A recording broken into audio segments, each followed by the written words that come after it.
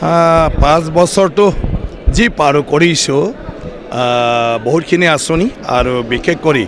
ডাঙৰ আঁচনি বুলি ক'লে 167 কোটি টকাৰ আমাৰ ৱাটাৰ ছাপ্লাই স্কিম যেটো ভূটানৰ দাঁতি কাকৰীয়া অঞ্চল ডিমাকুছিৰ পৰা উত্তৰ পাৰে বা শুক্লাৰ উত্তৰ পাৰে ইয়াত 25,000 মানে ফেমিলিক আমি পানী দিব পাৰিলোঁ হেতুৱেদি ইয়াৰ বাদেও আমি 3টা ডাঙৰ ৰাস্তা কৰিলোঁ যেটো ওদালগুৰি বেংবাৰীৰ পৰা টংলা ভেৰগাঁও নাওকাটা এইটো 125 কোটি আৰু এটা আপোনাৰ বগামাটিৰ পৰা খাগৰাবাৰী হৈ শুক্লায়ৰ দলং ভেৰগাঁওলৈকে এইটো 135 কোটি আৰু এটা আন্ধেৰিঘাটৰ পৰা এতিয়া খৈৰাবাৰী ভেৰগাঁও হৈ ডিমাকুছিলৈকে এইটো আপোনাৰ 95 মানে কোটি টকাৰ এইটো আঁচনি অলৰেডি হৈ গ'ল ষ্টেডিয়াম আমাৰ ডিমাকুছি সম্পূৰ্ণ হৈ গ'ল ইনডোৰ ষ্টেডিয়াম আৰু এটা আউটডোৰ ষ্টেডিয়াম গেলাৰী সহ আৰু এটা ভেৰগাঁৱৰ 14 কোটি টকাৰ ষ্টেডিয়াম হৈ গৈছে চেংচন খাগৰাবাৰীত ইনডোৰ ষ্টেডিয়াম এটা অলৰেডি হৈ আছে তো মডেল কলেজ এখন আমি পাবলৈ সক্ষম হ'লোঁ আমাৰ টংলাত আইবি নতুনকৈ আমি কৰিলোঁ বহুত মানে বিচনাযুক্ত ইয়াৰ পিছত 100 বিচনাযুক্ত মেডিকেল বনাই আছে টংলাত আৰু তাৰ বাদেও অমৃত আঁচনিৰ জৰিয়তে আমাৰ 37 কোটি টকাৰ আমি টংলাত পানী যোগান আঁচনি কৰিলোঁ আৰু মানে টংলা কলেজতো আমি 10 কোটি টকা পাবলৈ সক্ষম হ'লোঁ তাৰ বাদেও 2 কোটি 1 কোটি 3 কোটি বা 10-15 কোটি টকাৰ বিভিন্ন ৰাস্তা পদূলি বিভিন্ন আন্তঃগাঁথনি কৰা হৈছে বাগানত 3খন স্কুল আমি পাইছিলোঁ মডেল স্কুল ইয়াৰে এখন অলৰেডি সম্পূৰ্ণ হ'ল 2খন প্ৰায় সম্পূৰ্ণ হোৱাৰ পথত বাদলাপাৰাটো সম্পূৰ্ণ হ'ল আমাৰ 12খন বাগানত 12টা প্ৰভু জগন্নাথ আমি অডিটৰিয়াম হল আৰু স্কিল ডেভেলপমেণ্ট চেণ্টাৰ পাইছোঁ এইটো প্ৰায় সবে আমাৰ হৈ গৈছে মততে বহুত তেনেকুৱা ধৰণৰ আঁচনি কৰিবলৈ সক্ষম হৈছে টোটেল আমাৰ মানে নৰ্মেল আঁচনিটো আছেই আমাৰ তাৰ বাদেও স্পেচিয়েলি মই আনা মানে আঁচনিৰ টকাটো হ'ল আপোনাৰ 2,375 কোটি টকা 2,375 কোটি টকাৰ আমি আঁচনি পাবলৈ সক্ষম হ'লোঁ সেইটোতো মোৰ হিচাপত নাই ইমানখিনি ৰাস্তা সেইবিলাক PWD ইঞ্জিনিয়াৰ তাত থাকিব গতিকে যি পাৰোঁ মই মানে কৰিছোঁ মোৰ 5 বছৰ ৰাইজে মোক ভোট দিছে মই বিধায়ক হৈছিলোঁ ইয়াৰ পিছত অধ্যক্ষ হ'লোঁ এয়া মোৰ দায়িত্ব ৰাইজক প্ৰতিদান হিচাপে মানে কাম কৰি দিয়াটো গতিকে এইখিনিয়ে মই এই 5 বছৰ মানে যিটো সময় পালোঁ এই 5 বছৰত এইখিনি কামে মই কৰিছোঁ যিটো ৰিপৰ্ট কাৰ্ড হিচাপে ছপাই পালে আজি আমি এইটো মুকলি কৰিছোঁ আৰু সবকে বিলাই দিছোঁ আৰু সমস্ত ৰাইজে সেইটো পাই যাব কটিয়ানটো মেইনটো যোগাযোগ আৰু ভাল লগা বুলি ক'লে আমাৰ ভূটান দাঁতি কাকৰীয়া অঞ্চলবিলাকত ৰাজাগড়ৰ পৰা ননাইখুটিলৈকে খোৱা পানী বহুত প্ৰব্লেম আছিল যে পানী নহ'লে কি অৱস্থা হয় আজি তাত বিনা পইচাত পানী দিবলৈ সক্ষম হ'লোঁ য'ত কাৰেণ্ট নালাগে ভূটানৰ পৰা পানীটো আনি পালে ছাপ্লাই কৰা হৈছে যিটো 167 কোটি টকা আমাৰ খৰচা হৈছে গতিকে এইটো ভাল লগা কাম বাকী স্কুলবিলাক কৰিছোঁ আমি 6-7খন মানে কলেজ কি কয় স্কুল 7 কোটিৰ পৰা আমি 8 কোটি টকালৈকে অনুদান দি ফালে এতিয়া নতুন গৃহ বনাই আছে এইটো এটা নতুন পৰিৱেশ পাব ছাত্ৰ ছাত্ৰীসকলে আমাৰ আন্তঃগাঁথনিৰ যিটো অভাৱ আছিলে এইটো নাইকিয়া হ'ব আমি ভেৰগাঁৱত নতুন মডেল কলেজ পাবলৈ সক্ষম হ'লোঁ চেংচন হৈ গ'ল এইটো এটা ভাল লগা আমাৰ লোকেলৰ মানে ল'ৰা ছোৱালীয়ে চায়েন্স আৰু কমাৰ্চ তাতে পঢ়িব পাৰিব যোগাযোগৰ ক্ষেত্ৰত বহলভাৱে ডাঙৰ ডাঙৰ ৰাস্তা আমি বেংবাৰী মানে টংলা ভেৰগাঁও নাওকাটা আৰু এটা বগামাটিৰ পৰা খাগৰাবাৰী হৈ ভেৰগাঁও আৰু ঠিক তেনেকৈ আন্ধেৰিঘাটৰ পৰা ভেৰগাঁও হৈ ফালে মানে আপোনাৰ কি কয় ডিমাকুছিলৈকে সেইবোৰ ডাঙৰ ডাঙৰ প্ৰজেক্ট আইবি টংলাত আমাৰ বহিবলৈ জাগা নাছিলে এতিয়া 20খন ৰুমৰ এটা অত্যাধুনিক মানে আইবি আমাৰ হৈয়ে গ'ল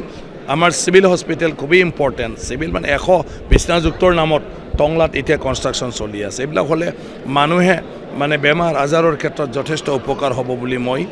ভাবোঁ গতিকে যি কাম কৰিছোঁ সবটোৱে মোৰ কাৰণে ভাল লগা কাম কাৰণ এইটো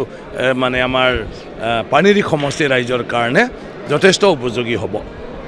আৰু ডেফিনেটলি ৰাজনৈতিক জীৱনটো সদায় স্থায়ী হ'ব নোৱাৰে গতিকে এতিয়া নতুন যিটো ডেলিমিটেশ্যন হ'ল তাত আমাৰ পানীৰী সমষ্টি বিলুপ্ত হ'ল আৰু পানীৰী সমষ্টি বিভক্ত হৈ গ'ল টংলা আৰু ভেৰগাঁও। গতিকে তেনেকুৱা অসমত প্ৰায় সমষ্টিবিলাকে মানে নতুন নতুন ৰূপ ল'লে। গতিকে সেইকাৰণে পুৰণা পানীৰী সমষ্টি নাই আৰু সেইকাৰণে আজি কৈছে আমাৰ এজন যে ময়ে পানীৰী সমষ্টিৰ শেষৰজন বিধায়ক। গতিকে এতিয়া কি হয়, গতিকে 5 বছৰ ৰাইজে মোক কৰিলে 5 বছৰ সেইটো কাম কৰিলোঁ, আৰু যদি 5 বছৰ কিবা এটা কৰিব লাগে তো ৰাইজেহে মোক সিদ্ধান্ত ল'ব। নাই, সেইটো আমাৰ পাৰ্টীয়ে যিটো মানে কি কয় সিদ্ধান্ত ল'ব, মই তাতে মানে কি কয় মানি ফালে কৰিব লাগিব। গতিকে এতিয়ালৈকে পাৰ্টীয়ে ফাইনেল সিদ্ধান্তক জনোৱা নাই। গতিকে কিবা এটা হ'ব বুলি পাৰ্টীয়ে কৈ আছে। গতিকে পাৰ্টীয়ে যেতিয়াই জোৰ দিয়ে তাতে ইলেকশ্যন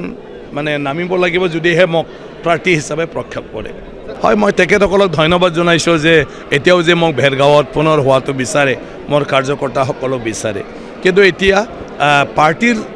সিদ্ধান্ত কি হয়, কাৰণ এলায়েন্সত চিট মানে ভাগ বিতৰণ কৰা হৈছে। গতিকে কোনটো চিট আমাৰ পাৰ্টীয়ে পায় আৰু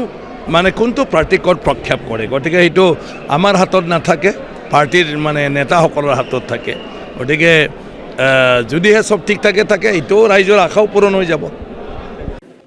যে আমি গমেই নাপালোঁ কেতিয়াবাই 5 বছৰ হৈ গ'ল ভাৰতীয় জনতা পাৰ্টীৰ হয় এই পানীৰী সমষ্টিত আমি যোৱা 2021 চনৰ নিৰ্বাচনত চবে লাগিছিল, আৰু আপোনালোকৰ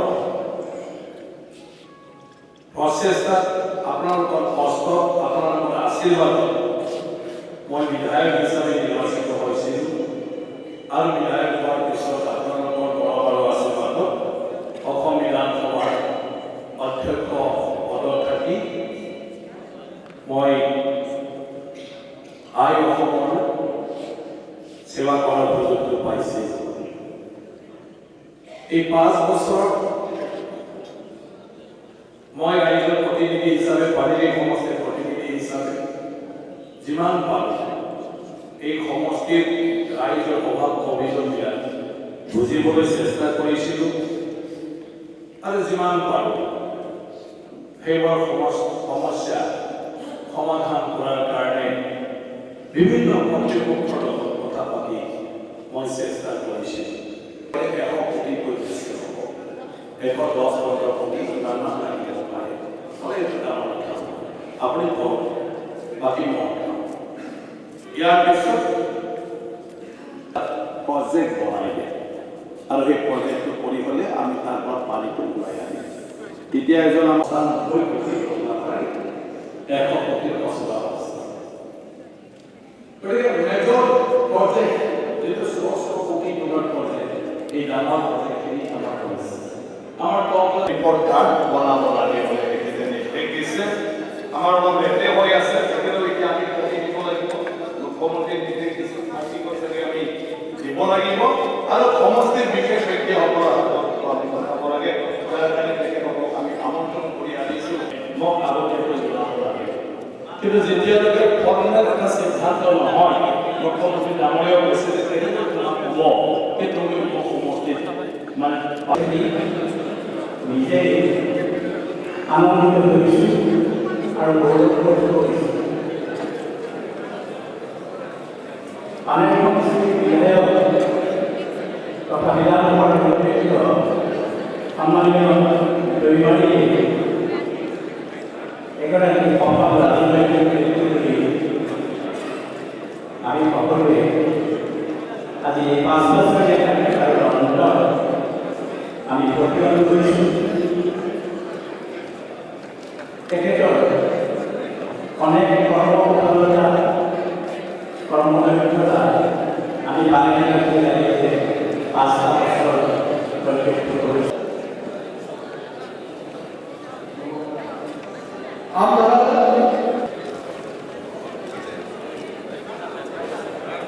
সোনালী প্ৰাণৰাজ্যেৰ মন্দিৰ প্ৰাণৰাজ্যেৰ